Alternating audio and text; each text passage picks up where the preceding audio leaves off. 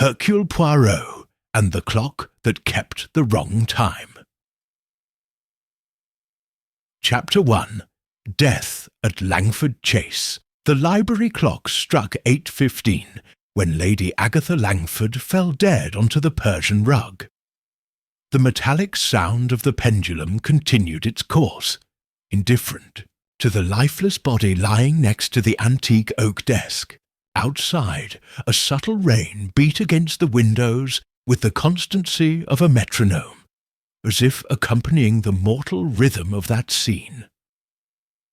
Langford Chase, the Langfords' ancestral home, had always been a haven of rural elegance. But on that November night, amid the Gothic tapestries and china, something sinister had crept in. A crime, a murder perhaps, because Lady Agatha, rich, domineering, and always in control, wasn't the type to simply fell dead without leaving any questions. It was the maid Charlotte who found the body. She came in carrying a tea tray, her eyes fixed on the floor, as dictated by the unwritten rules of service. It wasn't until she approached the table that she let out a shriek so shrill it made the portraits of her ancestors on the walls frown. Within minutes, the butler, the gardener, and then the family members were summoned by the chaos.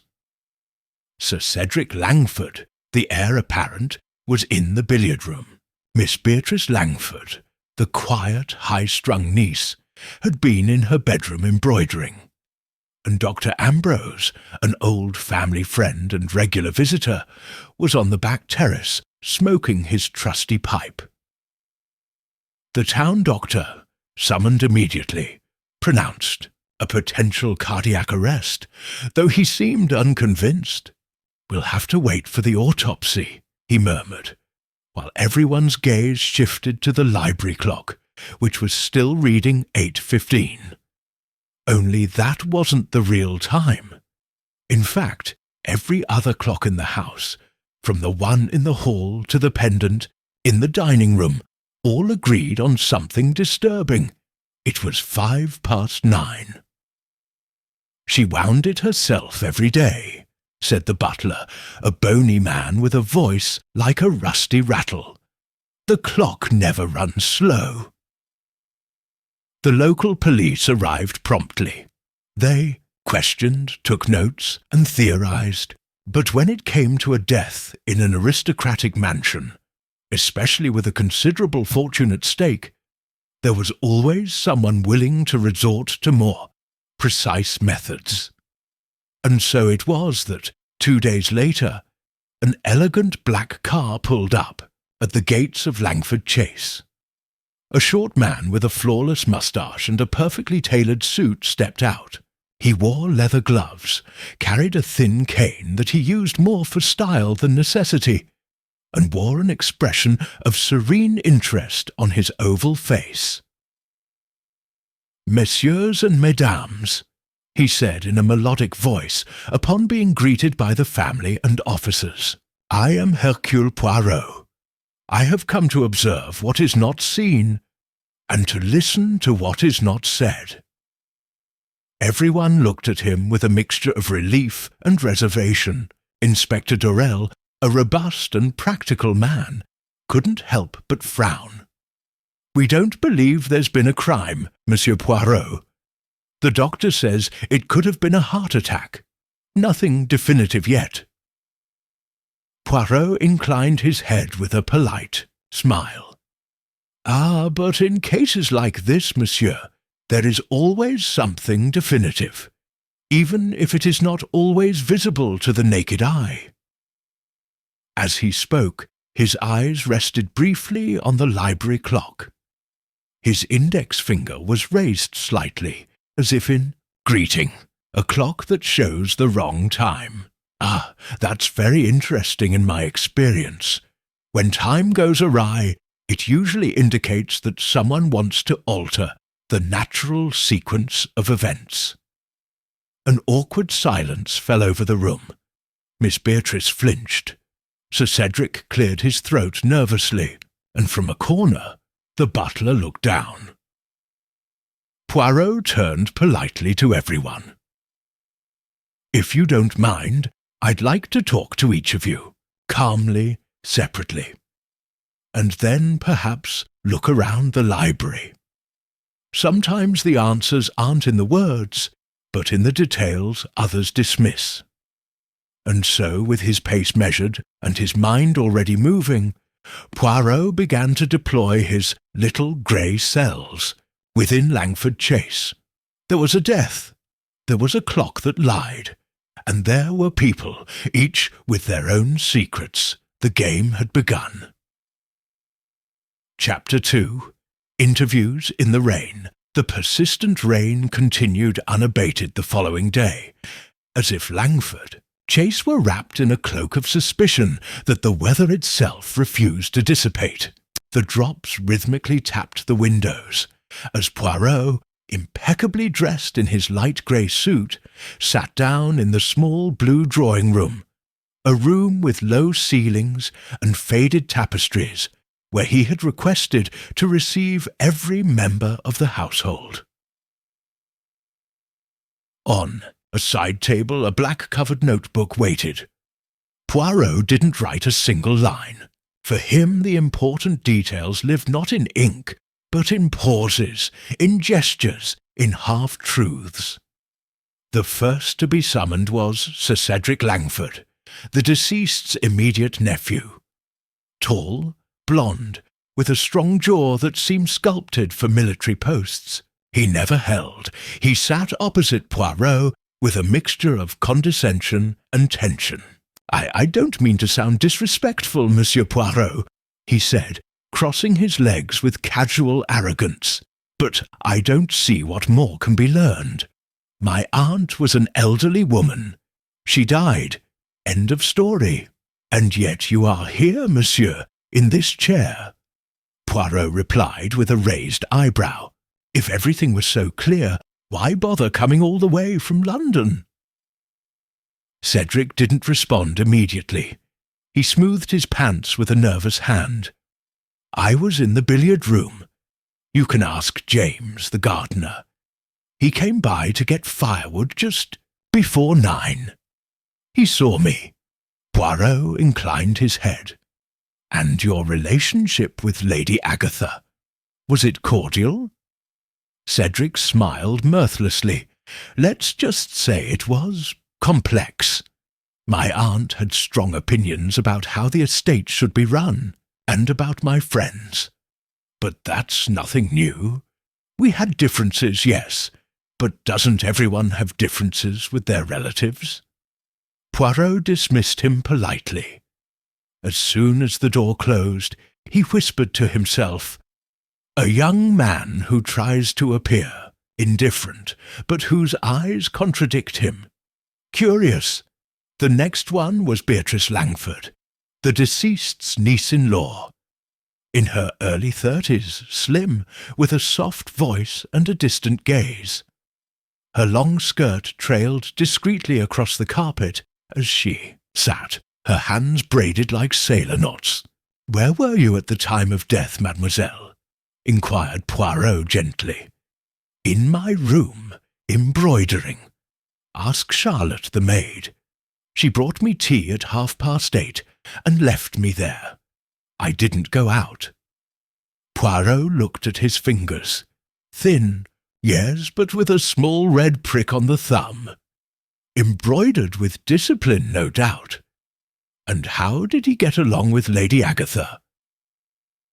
Beatrice hesitated. She was strict. She didn't like my presence at Langford Chase. She said this house should belong to the Langfords, not to widowed upstarts.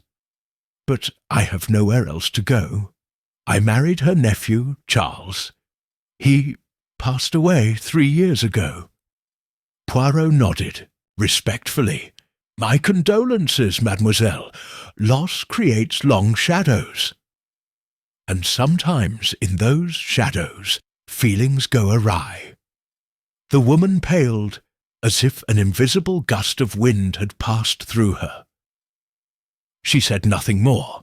The third was Dr. Ambrose Short, with a grey moustache and a calm voice, apparently the most relaxed of them all. I was on the back terrace, as I told the inspector. My pipe is always with me. I heard the shout and was the first to enter the library, after the butler. And did you notice anything unusual?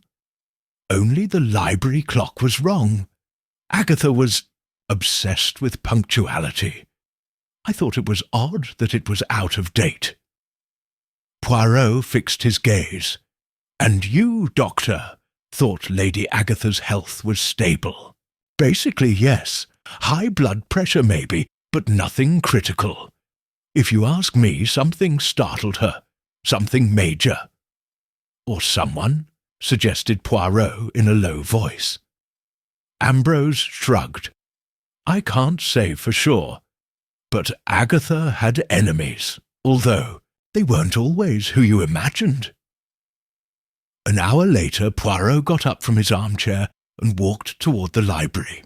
He entered alone. He stopped in front of the clock. He watched him for a moment in silence.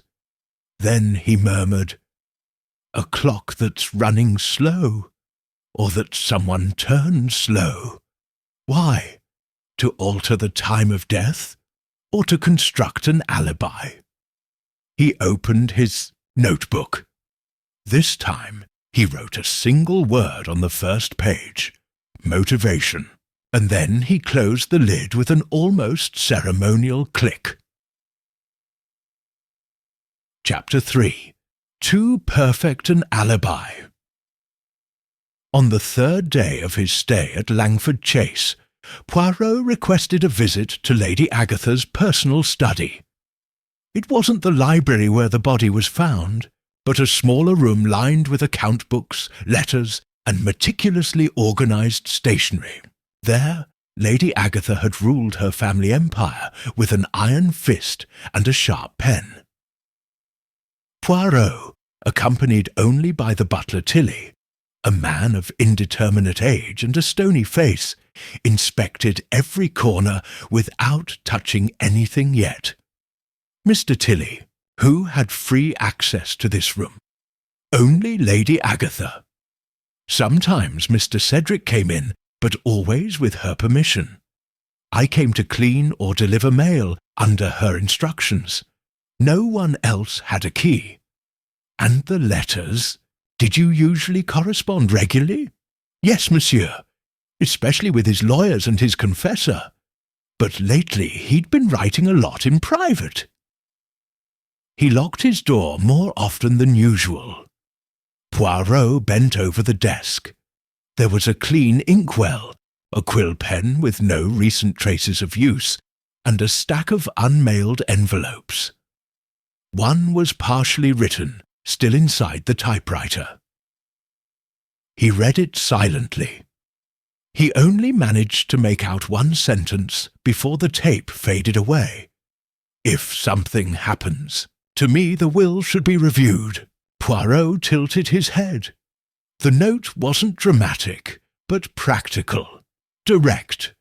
Agatha Langford wasn't a woman of empty fears. If she wrote that warning, it was because she anticipated a specific course of action. "Has the will been opened yet?" he asked, the butler, without taking his eyes off the paper. "Not yet, sir. It will be opened tomorrow, in the presence of the family lawyer." Poirot nodded. He left the office with measured steps, the pieces beginning to turn in his mind. Later, he decided to repeat an unusual gesture, visit the kitchen himself. There, amidst the aromas of fresh bread and broth, he found Charlotte, the maid who found the body. A young woman in her 20s, with her hair tied back and a fearful demeanour. Poirot greeted her politely and asked her to sit with him by the stove. "Mademoiselle, I don't mean to question you, only to understand. You were the last person, other than Lady Agatha, to be in the library before her death, weren't you?" Charlotte looked down. "Yes, monsieur. I brought him his tea like every night. He had his back to me, looking out the window. He didn't say a word to me." "Did you notice anything out of place? Anything different in the room?" The young woman hesitated. "Perhaps. I don't know if it's important, but the clock, it was chiming when I came in, as if someone had set it just before. It never chimes like that at that hour. And Lady Agatha hated noise. She always kept it on mute at night." Poirot remained thoughtful. "And did you see anyone else near the library that night?" Charlotte vehemently denied. "No, sir, Nady," but his hand trembled slightly as he said it.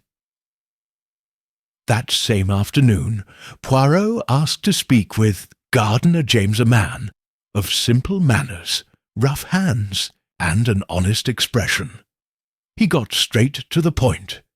"Sir Cedric says you saw him in the billiard-room before 9.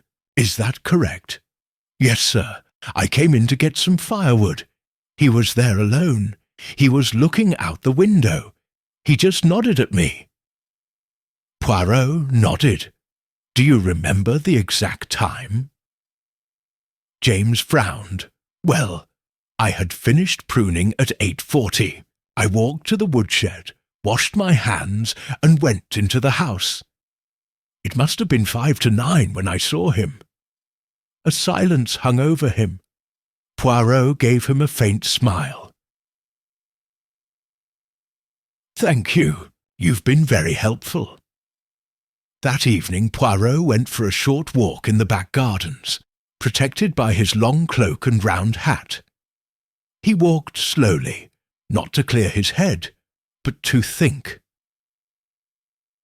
Sir Cedric's alibi, supported by the gardener, was solid, too solid.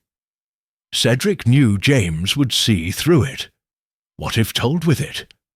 Poirot went back inside, passed through the blue drawing-room, and opened his notebook once more. Under the word motivation, wrote 3 new entries. Cedric, he needs an inheritance. The alibi was almost built. Beatrice, scorned by Agatha. Fear and insecurity, but also resentment. Dr. Ambrose, what did you really see?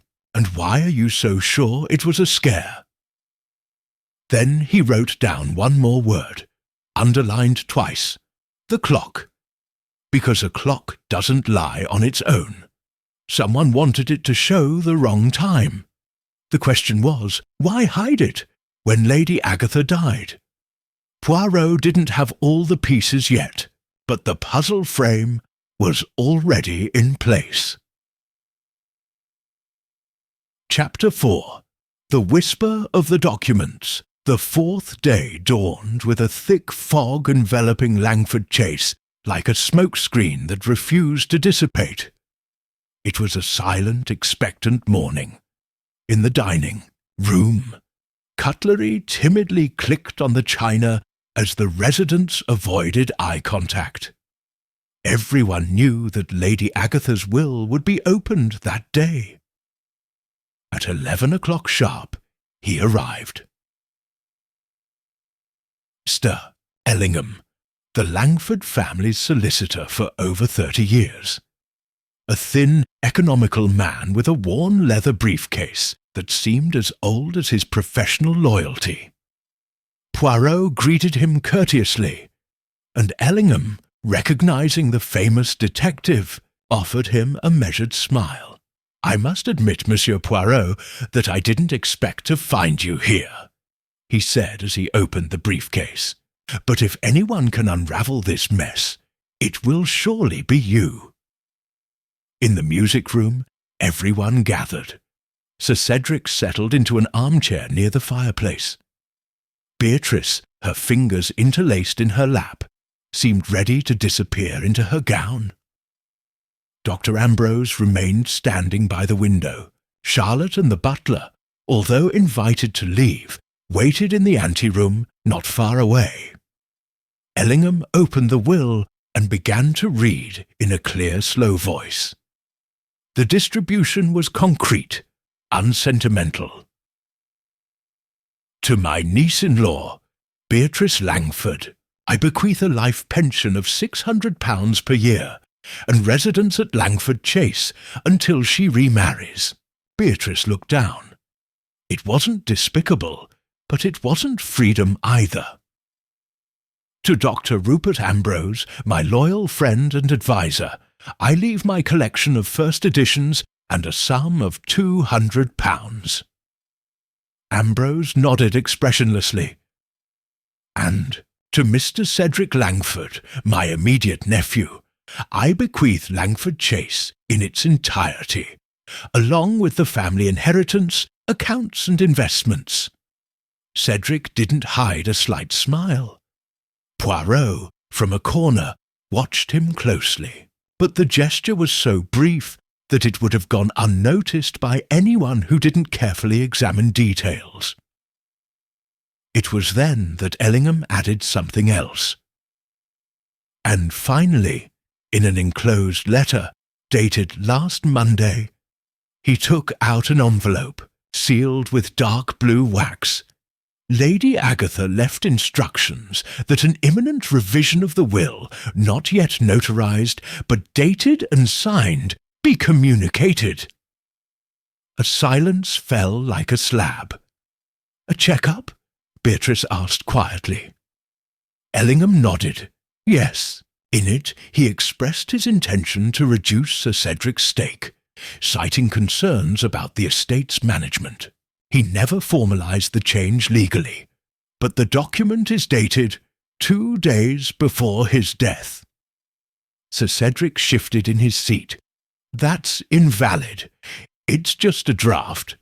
You can't disinherit me with a letter without any signatures. Ellingham didn't argue. Poirot, on the other hand, leaned forward slightly. But yes, sir. But intentions can be as revealing as actions. Why would your aunt have wanted to change her will so suddenly? Cedric pressed his lips together. He didn't respond. After reading it, Poirot requested a copy of the letter. It was given to him without hesitation. He checked the date. Monday afternoon, exactly 24 hours before the death. Who had access to the office that afternoon?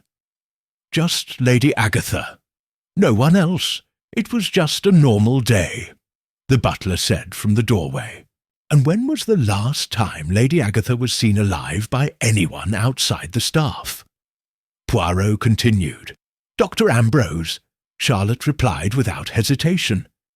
He had tea with her on Tuesday afternoon. They were in the library until almost 8.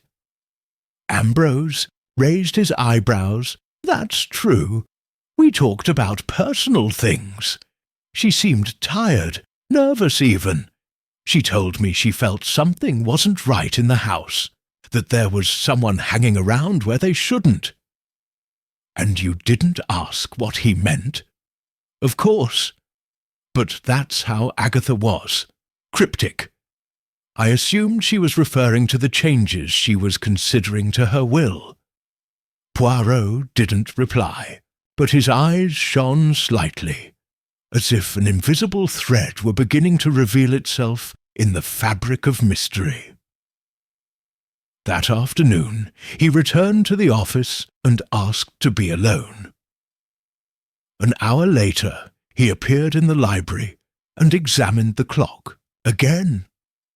In a low voice, he said to himself, "A change of will, an heir on the verge of losing everything, and a broken watch to create an alibi. But there's still something missing, something small, a tiny detail." He bent down and examined the base of the clock.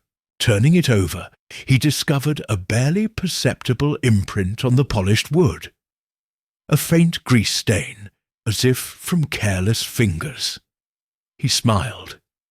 This wasn't how Lady Agatha would have handled her own clock. So, it wasn't her who adjusted it. No, it was someone else. And that someone knew what they were doing, or thought they knew. He closed the library door behind him gently. Silence once again reigned at Langford Chase. But for Poirot, echoes of the truth were beginning to take shape. Chapter 5. The Crime Behind the Tea. The kitchen at Langford Chase was a warm corner of the house, filled with the lingering aroma of baking bread and freshly brewed tea leaves. There, mid-morning on the 5th day, Hercule Poirot asked to speak to Charlotte again. The young maid arrived nervously, rubbing her hands with her apron. "Have I done something wrong, sir?" "Au contraire, mademoiselle," Poirot said gently. "I'm convinced you've done everything correctly, except for omitting a few details, perhaps out of fear." Charlotte looked down, but didn't protest. "I'd like you to tell me about the tea tray.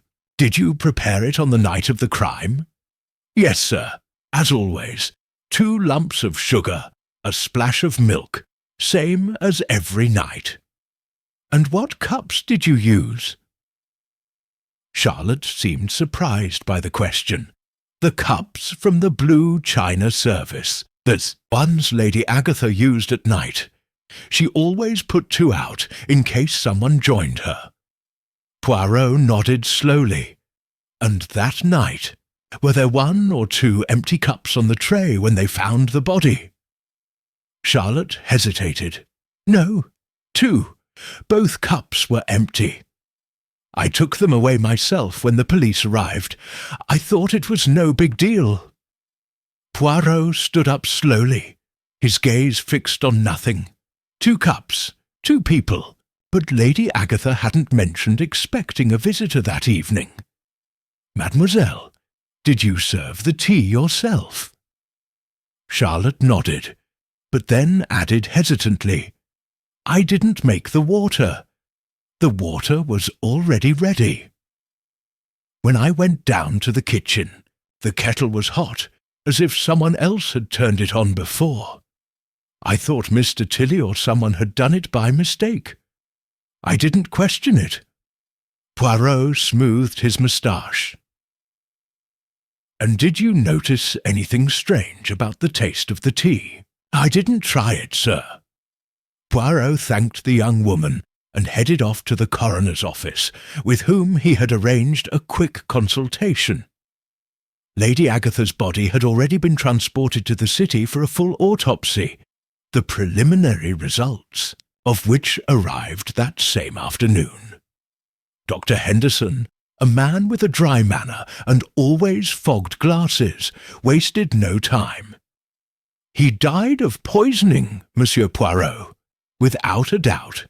Digitoxin, a natural compound derived from foxglove. It has a devastating cardiac effect, difficult to trace without a specific search. But someone knew exactly what it was doing." Poirot inclined his head gravely. "How long does it take to take effect?" "It depends on the dose and the route of administration. In a cup of hot tea, about 20 minutes, maybe less." When Poirot returned to Langford Chase, the atmosphere had become more intense. The discovery of a poison confirmed what had until then been only a suspicion. Lady Agatha's death had been a deliberate murder. In the library, Poirot again called together Inspector Durrell, Sir Cedric, Beatrice, and Dr. Ambrose. His eyes rested on each of them, one by one. Mrs. Langford was poisoned, by tea apparently. Who had access to the kitchen that afternoon? "We're all here every day," Cedric said, his voice higher than usual. "This doesn't prove anything." "No? Poirot took a step towards the clock. "And yet, monsieur, there is a timeline that is beginning to emerge. Lady Agatha had tea with someone. They both drank, and shortly after she died." Poirot looked at Beatrice. "Mademoiselle, did you ever make tea that week?" "No, I wouldn't even know how to light the stove," she replied sincerely and nervously. Dr. Ambrose intervened cautiously. "I did have tea with her, like I said, but it was the previous afternoon." Poirot nodded, slowly. "So only one of you had access to the kitchen, and he was near the library that night. And he also had a motive, the imminent loss of the inheritance revealed by the letter found in the office." Sir Cedric stood up violently. "You're implying that I killed her. I'm not suggesting, monsieur." Poirot said calmly, "I'm observing. And what I'm observing is that someone has tampered with a watch, arranged an alibi, and used tea, that most English of rituals, as an instrument of murder. Poirot didn't make a direct accusation. Not yet. He simply remained silent, as if offering the culprit one last chance to betray himself. But no one spoke. Instead, the silence became thicker than ever. That night, Poirot wrote 3 new words in his notebook, each on a different line. As poison, time. Then he closed the notebook with a click. The murder had been committed with precision, but not with enough perfection to escape Hercule Poirot's grey cells. Chapter 6. The Voice That Was Not Heard. The next morning was different. For the first time since Lady Agatha's death, the house seemed to hold its breath. The family members, still locked in their own silence, avoided the main corridors. Only Poirot moved with freedom and conviction, as if he had already grasped the entire symphony and only needed to fine-tune the last notes. It was on the service stairs, the one used by the staff and ignored by the aristocrats, that Poirot found Charlotte, the maid, sitting alone, looking out of a small window that overlooked the tool shed. "Mademoiselle," he said softly, interrupting her thoughts, "I wonder if you could help me with something very important." She looked at him, eyes tired and shy. "Claro, sir. In your statement you mentioned hearing the clock chime when you entered the library that night. Can you repeat exactly what you heard? The ticking, but also the click, the sound it makes when it is wound or adjusted." Poirot approached the banister of the stairs and lowered his voice. "And you are sure that Lady Agatha would not have set it at that time?" "Absolutely. She did it every morning, right after breakfast. Never at night." Poirot nodded, pleased. Then he paused. "Charlotte, did you hear anything else that night? Voices? Argument?" Charlotte hesitated. Then, in a barely audible whisper, she said, "Yes. I heard a voice, a brief discussion. Someone said, 'This isn't yours yet,' and then someone replied, 'Don't force me to act.'" Poirot remained motionless. His eyes never left her. "And why didn't you say it before?" "I was afraid. That voice, it was Sir Cedric's. I recognized it." Poirot placed a hand gently on his shoulder. "Thank you, mademoiselle. You've been very brave." Poirot then went to the east wing of the house, where Beatrice had her room. Hugh knocked softly on the door. She greeted him dressed in grey, with an embroidered scarf in her hands. "Monsieur Poirot?" "Forgive me for bothering you, mademoiselle. I would like to ask you a question, not about the night of the death, but about the Previous week. Beatrice blinked. The week before. Yes. Did Lady Agatha receive any unusual visitors? Any letters that upset her? Beatrice thought for a moment, then nodded slowly. A letter? Yes. I remember seeing her with a piece of paper in her hand, very agitated. She didn't say who it was from, but afterward she spent the whole afternoon locked in the office. It was that same Monday, and he didn't say anything. He just muttered something strange. If you think I'm going to give up what's mine, you're sorely mistaken. And then he burned something in the fireplace. Poirot bowed slightly, as if confirming an invisible theory. Thank you, mademoiselle. He left and went straight to the office. The fireplace still showed traces of ash, but among it Poirot noticed something. A fragment of paper, not completely burned, barely visible among the embers. He took out his silver tweezers and carefully extracted it. A word still printed in black letters was visible. Revocation. Poirot smiled to himself. Monday's letter hadn't been just any threat. It was a legal warning. Lady Agatha had decided to take action, not just write a draft. Cedric surely had figured it out, and that changed everything. That evening, Poirot asked Inspector Durrell for a private conversation. My friend, Poirot began, I believe we have a crime in which the motive was not the inheritance, but the fear of losing it. And the clock, the poison, and the silence were used as a shield to disguise that fear as tragedy. Dorrell looked at him skeptically. Do you have any proof? Poirot lifted the partially burnt piece of paper. Just enough to understand the killer. But don't worry, Inspector. The whole truth will soon be revealed. Later that evening, Poirot retired to his room. He sat in front of the mirror, carefully adjusting the folds of his pocket handkerchief. In his notebook, he jotted a final sentence before closing the cover with determination. The voice that was not heard was the key. Langford Chase was asleep, but Poirot had no more doubts. Chapter 7. The echo of the second witness, the fog, hadn't completely disappeared by the 6th day, as if the mansion itself knew the truth still lay buried.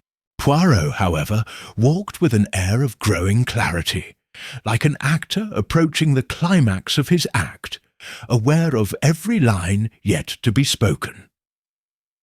In the back garden, under a damp pergola, Poirot found James, the gardener. He was leisurely sharpening his tools.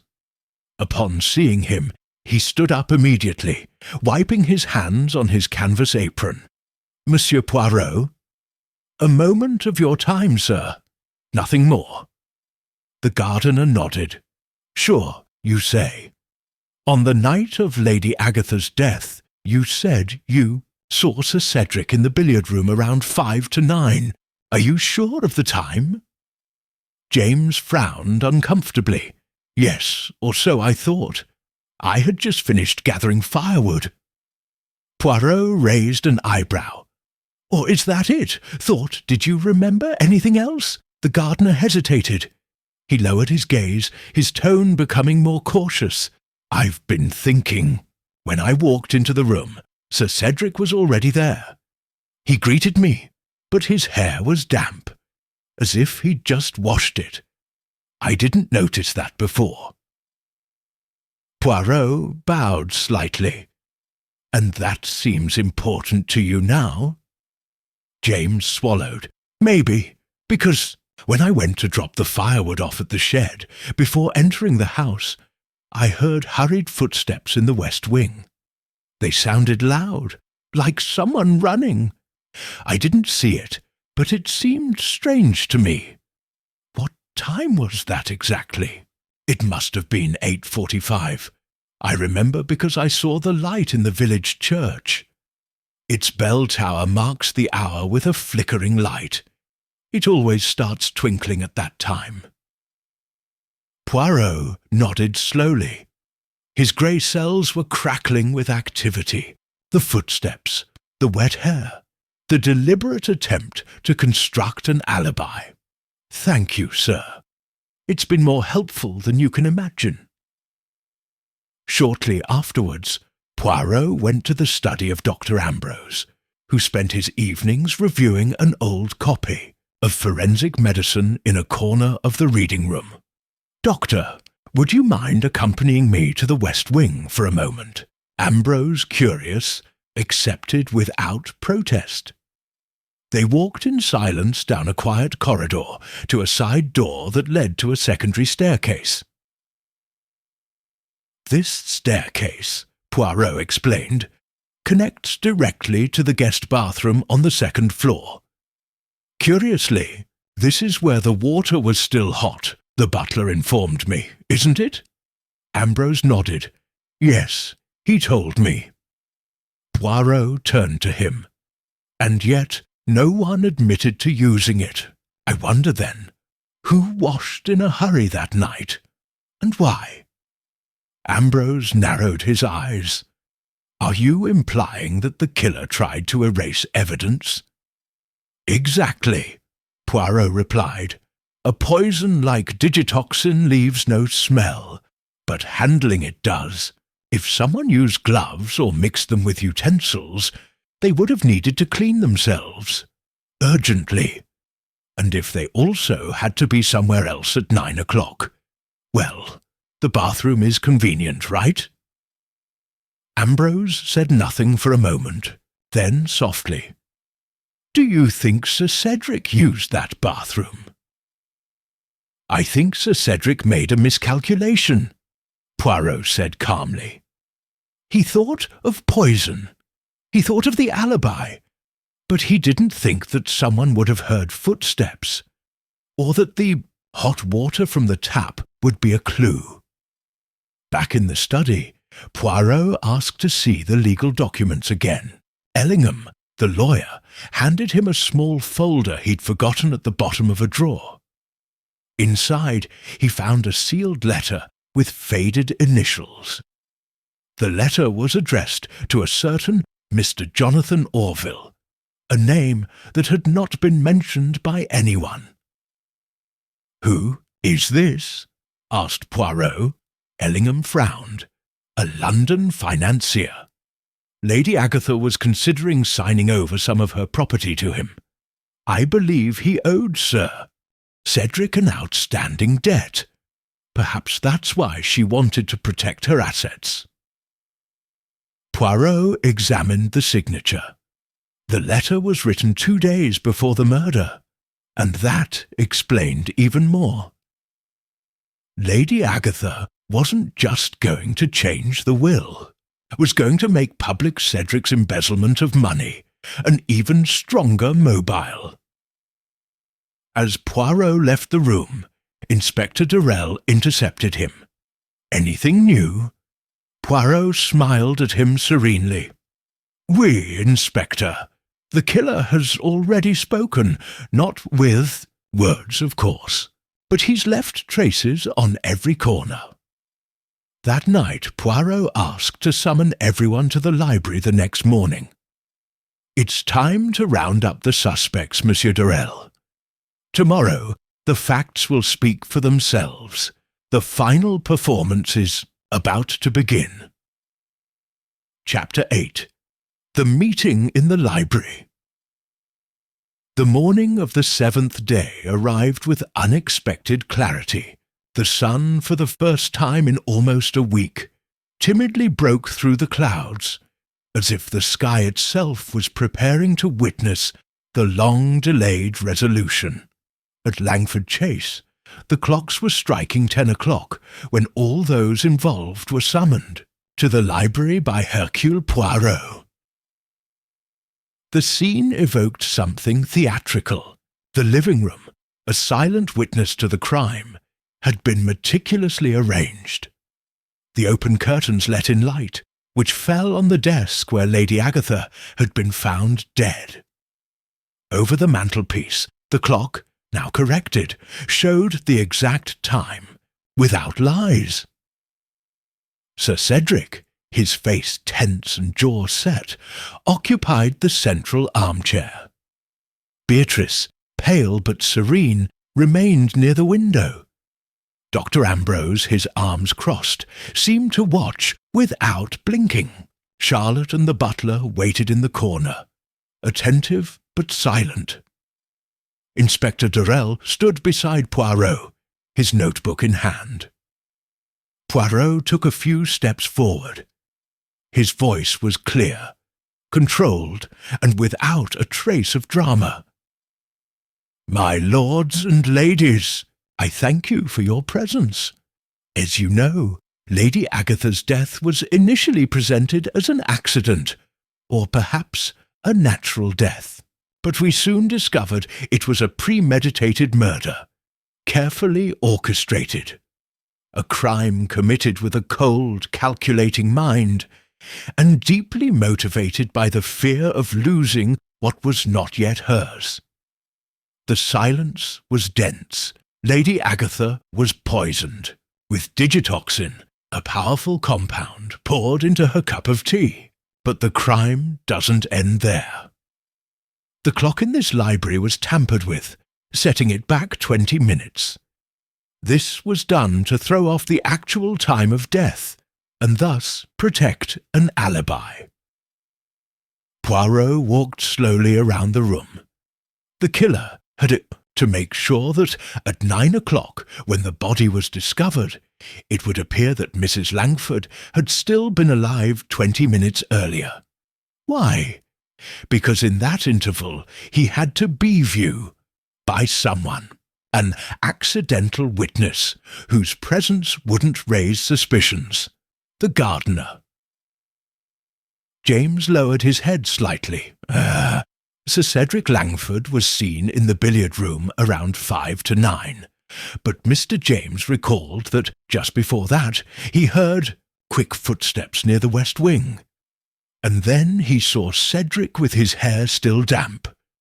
This was no coincidence. Cedric had rushed from the bathroom after urgently washing his hands. Poirot stopped in front of Sir Cedric. "You had discovered that your aunt was planning to change the will, monsieur. A burned letter suggests as much. But more importantly, Lady Agatha was in contact with a certain Jonathan Orville. She was going to expose your debts and restrict your access to the family fortune." "That doesn't prove anything," Cedric interrupted, furious. "That letter wasn't legally signed." "No, but its content was clear, and you, monsieur, couldn't allow it to become official. That evening you made the water for the tea yourself. You put the digitoxin in one of the cups, probably before Charlotte entered the kitchen. Then you set the clock, making sure everything pointed to a later death.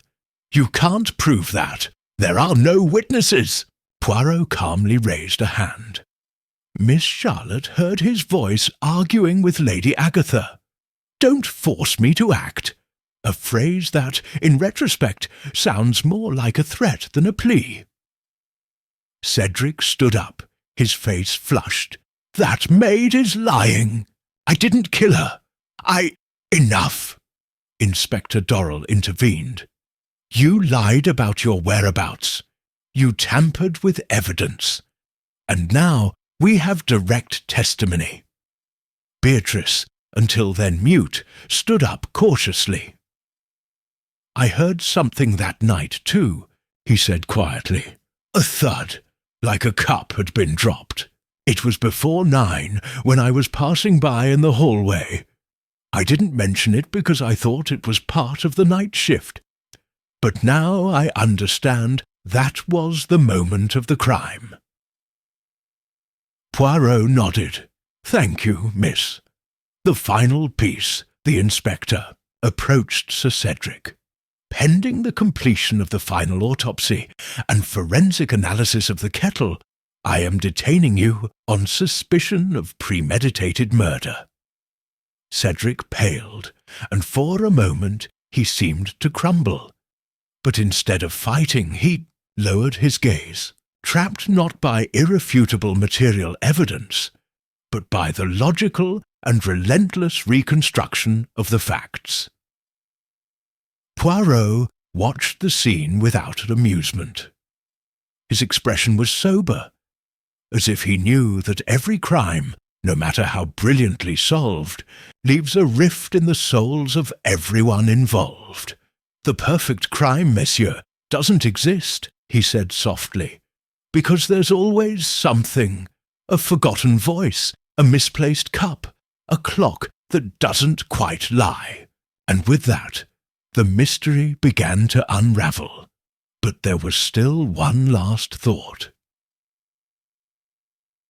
Chapter 9. Justice at Langford Chase. The echoes of Sir Cedric's arrest still floated through the halls of Langford Chase when Inspector Durrell and his men escorted the accused from the mansion. No shouts, no protests resounded, only the muffled sound of boots on the tiles and the slow creak of the front door as it closed behind them. Inside, silence reigned, a heavy silence, not one of relief, but of understanding. Lady Agatha's death had left a void, and the punishment for her murderer didn't fill the gap. It only marked it with justice. Poirot, still in the library, stood by the clock. The same clock that had been the centerpiece of the deception. Now it showed the exact time, 11:05, closing time.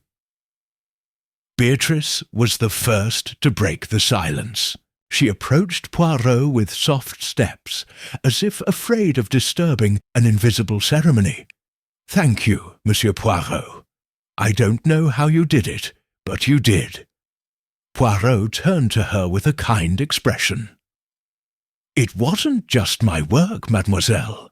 It was the sum of unheard voices, overlooked gestures, half-spoken truths. The killer left traces because, in his pride, he underestimated the small details." She nodded, though her eyes held a sadness that resolve couldn't erase. "He was family, and I didn't want to believe he was capable." Poirot replied gently, "The heart protects itself from what it knows. Sometimes seeing is easier than accepting." Beatrice looked around, as if the atmosphere itself had changed. "And what will become of Langford Chase now?" Poirot shrugged delicately. "That will depend on the will and the law.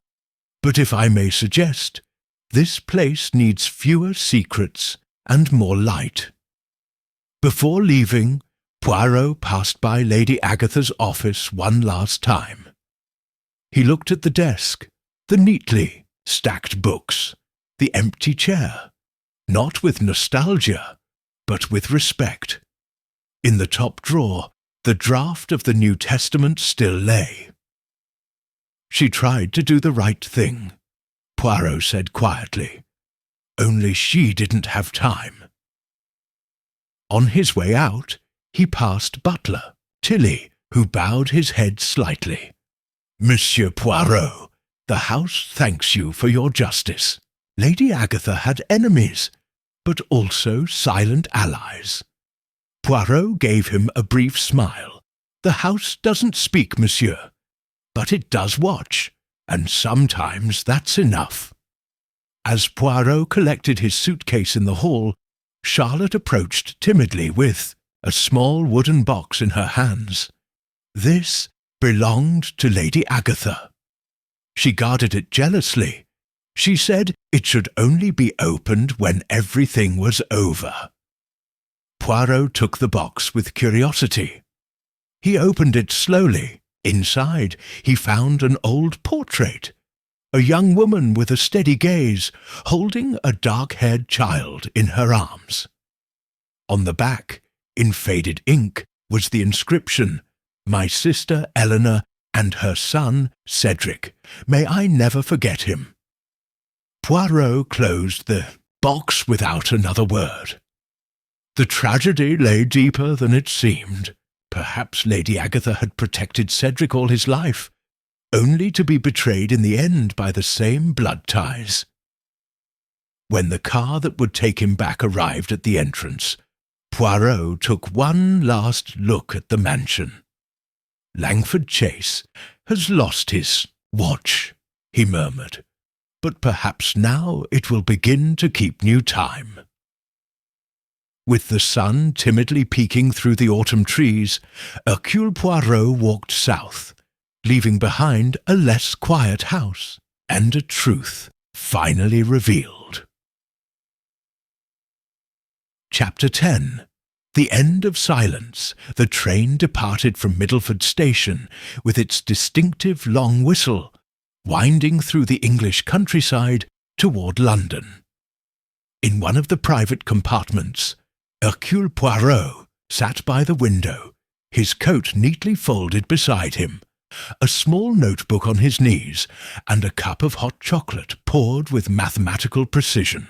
Outside, the autumn landscape passed slowly by, as if the world had finally recovered its rhythm. The Langford Chase case was solved.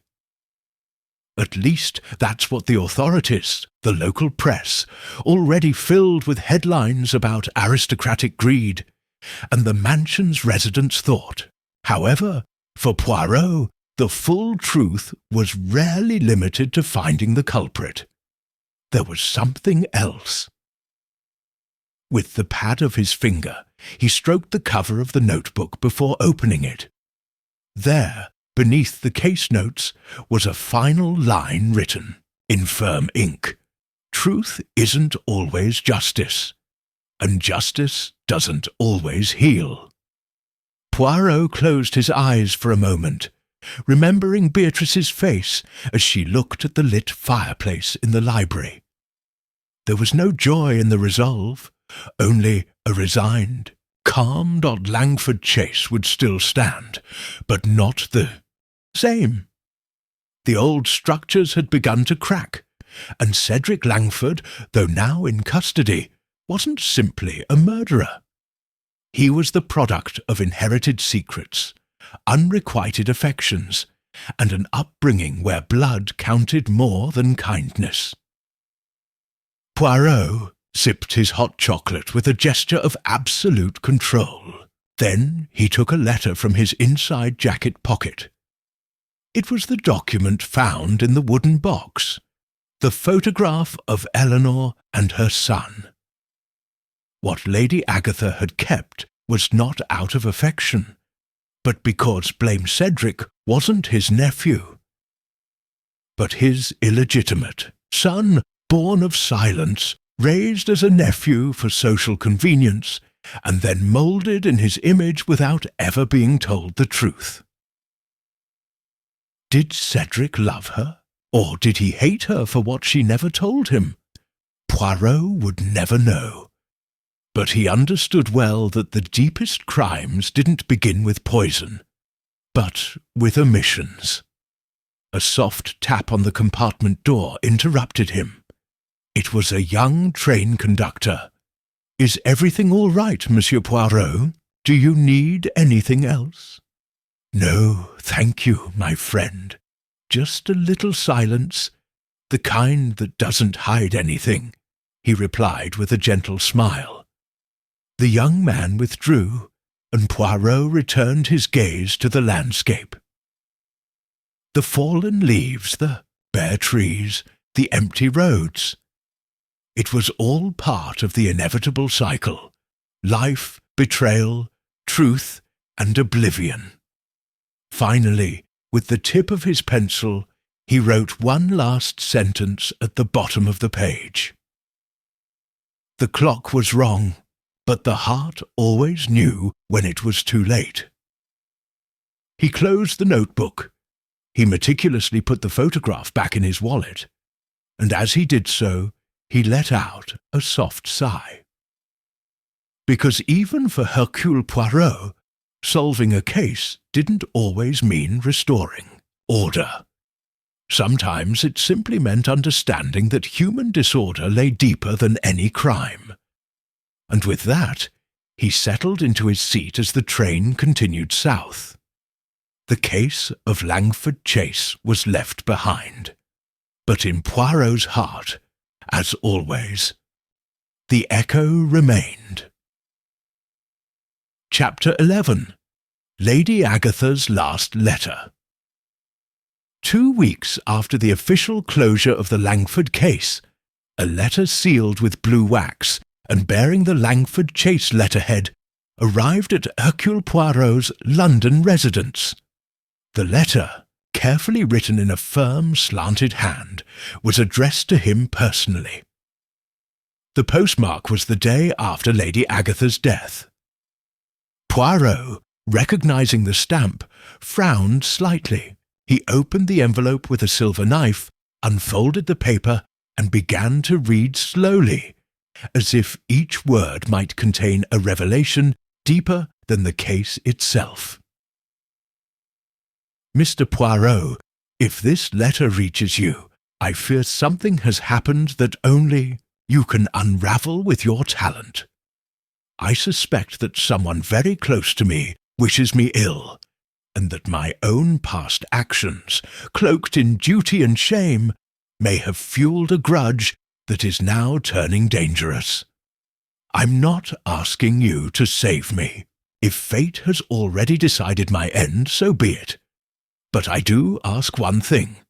If you discover the truth, act with compassion. The culprit didn't just inherit my last name. He also inherited my silence. Lady Agatha Langford Poirot left the letter on his desk, crossed his arms and thought. There was nothing there to change the court's ruling. Cedric Langford had already confessed, after days of interrogation at the barracks. He didn't deny having poisoned the tea. His defense, cold and resigned, was simple. She never loved me, not even when she tried. And yet this letter revealed a deeper truth. Lady Agatha knew. She knew she had fueled the crime, not with direct actions, but with decades of repression.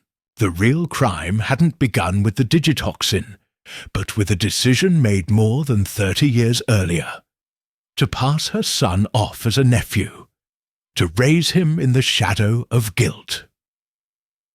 Poirot stood up and walked to the window. Outside, London bustled with its usual activity. Carriages, trams, the echo of voices crossing corners. Everything continued as usual. And yet, inside him, a deeper echo resounded. That evening, in an unusual gesture, Poirot wrote a letter in his own hand. It was addressed to Beatrice Langford. Mademoiselle, I beg you to preserve the dignity of Langford Chase, not with silence, but with truth. If anyone ever asks about your uncle, don't just describe him as a murderer. Describe him as a child wounded by the mistakes of those who should have protected him. Justice, like inheritance, isn't always fair. But the truth can heal, even if it comes late. With respect, Hercule Poirot. As he sealed the letter, Poirot felt neither relief nor satisfaction, only a serene calm. The kind that comes from completing not just a case, but an entire human portrait. That night, before going to sleep, he flipped through his notebook once more. In the margins, next to the technical notes and chronological diagrams, he wrote one last sentence, in pencil, as if he didn't want it to remain forever. When the heart is silent, crime begins. But when the truth speaks, guilt needs no chains. Poirot turned off the lamp. Langford Chase was no longer just a mansion in the English countryside. It was an echo, a warning, a memory, and like everything in Poirot's life, a story he would never forget. Chapter 12. Epilogue. The grey cells at Rest Winter was creeping into the outskirts of London when Poirot received an unexpected visit from a familiar face. Beatrice Langford, dressed in elegant but simple black, appeared one grey morning outside his door at Whitehaven Mansions. She carried a small leather briefcase in her hands, and in her eyes a mixture of gratitude and something harder to name. "Mademoiselle Langford?" exclaimed Poirot, surprised but courteous. "To what do I owe the honour?" "To the need to close the circle, monsieur," she said firmly. "I've come to give you something, and to thank you for giving us back the truth, even if it hurts." They entered. Poirot prepared hot chocolate for them both, and invited her to sit by the window. She placed the briefcase on the table and carefully opened it. Inside were documents, old letters and a diary covered in red leather. It was Lady Agatha's diary, carefully preserved. "I found it in a hidden compartment in the desk," Beatrice explained. "After the reading of the revised will, I thought I should read it, but then I learned you were the only person who would know what to do with it." Poirot leafed through the diary in silence. The pages were filled with meticulous notes, recollections intertwined with harsh judgments and fragments of veiled confessions. In one of the oldest entries, dated 35 years ago, he read, "Cedric must never know. Eleanor abandoned him, and I can't allow her shame to ruin the Langford name. I'll raise him. I'll love him if I can, but I'll never tell him the truth." Poirot closed the diary with a soft sigh. The crime, yes, had been committed in one night, but its origins had been born long before, in a decision fueled by fear of scandal and a devotion to appearances. "Cedric," Beatrice said, lowering her gaze, "is in pre-trial detention. He confessed, but he still hasn't said a word about his true motives. Perhaps this journal will explain what he himself can't verbalize." Poirot nodded. "Sometimes, mademoiselle, the soul commits crimes long before the hands. Your aunt protected the Langford legacy at all costs, even her own son's sanity." Beatrice stared at him. "Do you think she regretted it?" Poirot took his time answering. "Yes. She didn't say it in words, but the fact that she wrote that letter for me, that she kept it so carefully, indicates that she wanted to be understood. She feared dying with her mistakes buried. She wanted someone, even just one, to understand that crime isn't always committed out of hate, but out of fear, out of misguided love, out of accumulated pain." Beatrice picked up the diary. "I'll keep it, not to justify what happened, but to make sure it doesn't happen again." Poirot rose, offered her a slight bow, and escorted Beatrice to the door. Before leaving, she turned around. "Do you ever feel like you're making decisions too late?" Poirot smiled melancholy. "No, mademoiselle, because the truth comes when it must, and sometimes, even late, it's still light." When she left, Poirot returned to his desk. His casebook, which had remained open until then, was finally closed slowly. On the last page, he wrote with a steady hand. "Carso, Langford chase crime, poisoning. Culpable, Sir Cedric Langford. Reason, hidden pain, denied truth. Final verdict, justice, and redemption in the form of understanding. Then he put the notebook back on his bookshelf, along with many others. He poured himself a last cup of hot chocolate, settled into his favourite chair, and looked out the window. The grey cells, for now, could rest, because at Langford Chase the clock was already marking the correct time.